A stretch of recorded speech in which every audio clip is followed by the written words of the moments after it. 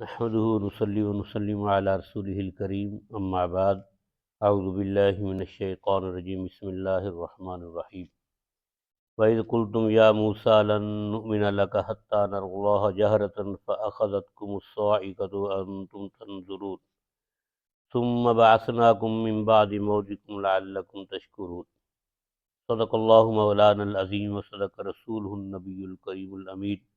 ونحن علی ذلک لمن الشاہدین والشاکرین والحمد للہ رب العالمین۔ پھر نہایت ہی محترم مکرم معزز دوستو، السلام علیکم ورحمۃ اللہ وبرکاتہ۔ میں نے آج آپ کے سامنے سورہ بقرہ کی آیت نمبر 55 اور 56 تلاوت کی ہیں۔ ان کے اندر بھی اللہ رب العزت نے وہ ان احسانات کا ذکر فرمایا جو بنی اسرائیل پر اللہ رب العزت نے کی ہے۔ اللہ رب العزت نے فرمایا کہ وَإِذْ قُلْتُمْ، اور وہ وقت یاد کرو جب تم نے کہا، یا موسیٰ، اے موسیٰ،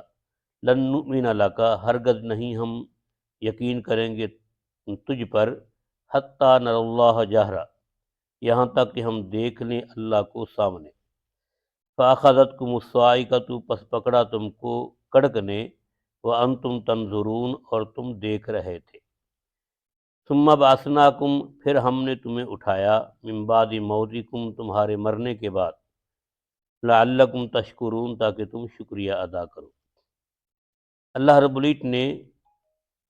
حضرت موسیٰ علیہ السلام کا وہ واقعہ بیان فرمایا ہے جب سیدنا موسیٰ علیہ السلام تورات تختیوں کی شکل میں جو اللہ رب العزت کی طرف سے ان کو عطا ہوئی کتاب ان کے پاس لے کر آئے تورات،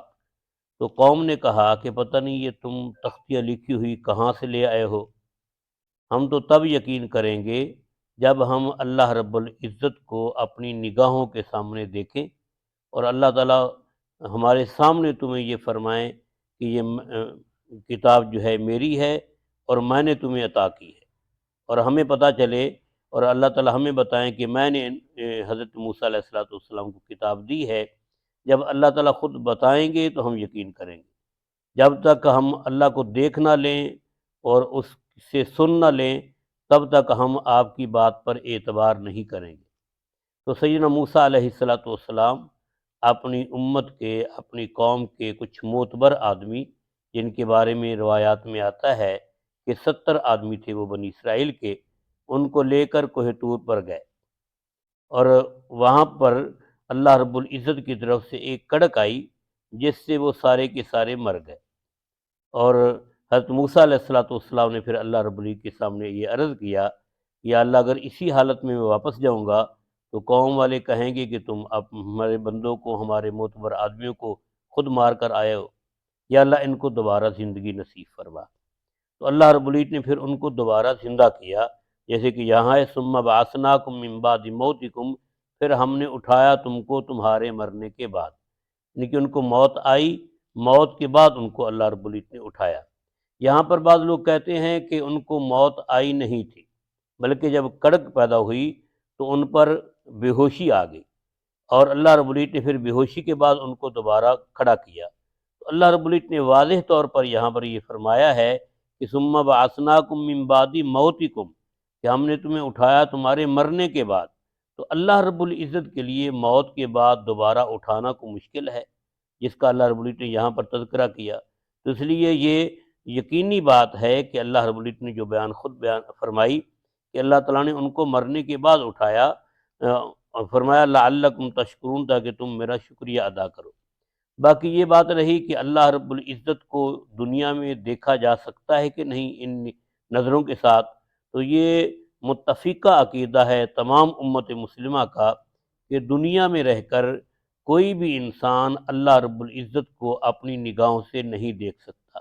لیکن جنت میں اللہ رب العزت کی سب کو زیارت ہوگی۔ اس کا تذکرہ قرآن پاک میں بھی اشارتاً ملتا ہے، اور نبی کریم صلی اللہ علیہ وسلم نے بڑی وضاحت سے یہ بیان فرمایا کہ جنت کے اندر جنتیوں کو اللہ رب العزت کی زیارت ہوگی۔ تو صحابہ نے عرض کیا کہ یا رسول اللہ صلی اللہ علیہ وسلم، جب اللہ رب العزت کی زیارت ہوگی تو اللہ تعالیٰ کی تو ایک ذات ہے، اور دیکھنے والے جو ہیں کروڑوں نہیں، اربوں نہیں، کھربوں بھی ہوں گے، اتنی بڑی تعداد ہوگی دیکھنے والوں کی، تو ایک اللہ کی ذات کو سب کیسے دیکھیں گے؟ تو نبی پاک صلی اللہ علیہ وآلہ وسلم نے فرمایا کہ کما ترون القمر لیلۃ البدری، جیسے تم 14ویں رات کے چاند کو دیکھتے ہو، ایسی ہی جنت میں بڑی آسانی کے ساتھ ہر جنتی اللہ رب العزت کی زیارت کرے گا۔